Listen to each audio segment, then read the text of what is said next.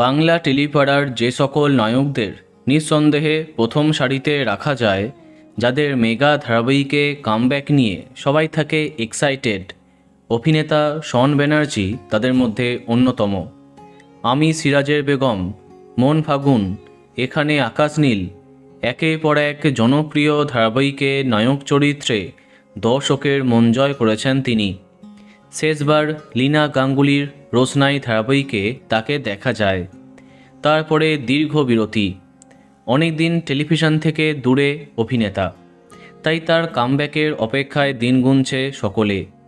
এমন অবস্থায় সম্প্রতি শন যখন এমন একটি ছবি পোস্ট করে ক্যাপশন দিলেন, এক বাক্স চমক আসছে, স্টে টিউনড, তখন দর্শকেরা মনে করল হয়তো আপকামিং কোনো মেগার ঘোষণা করলেন অভিনেতা।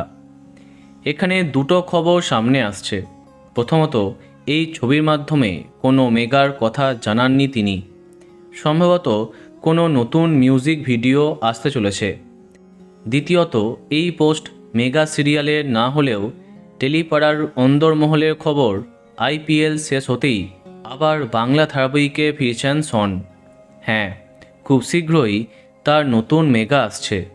শোনা যাচ্ছে বিপরীতে দেখা যেতে পারে রাজনন্দিনী পালকে, তবে এখনও কোনো কনফার্ম আপডেট সামনে আসেনি। দেখা যাক কি হয়। তো বন্ধুরা, এখন তোমার কি মন্তব্য কমেন্টে জানাতে পারো, আর এই রকমই আরও অনেক ভিডিও পেতে সাবস্ক্রাইব কারেন্ট বস। ধন্যবাদ।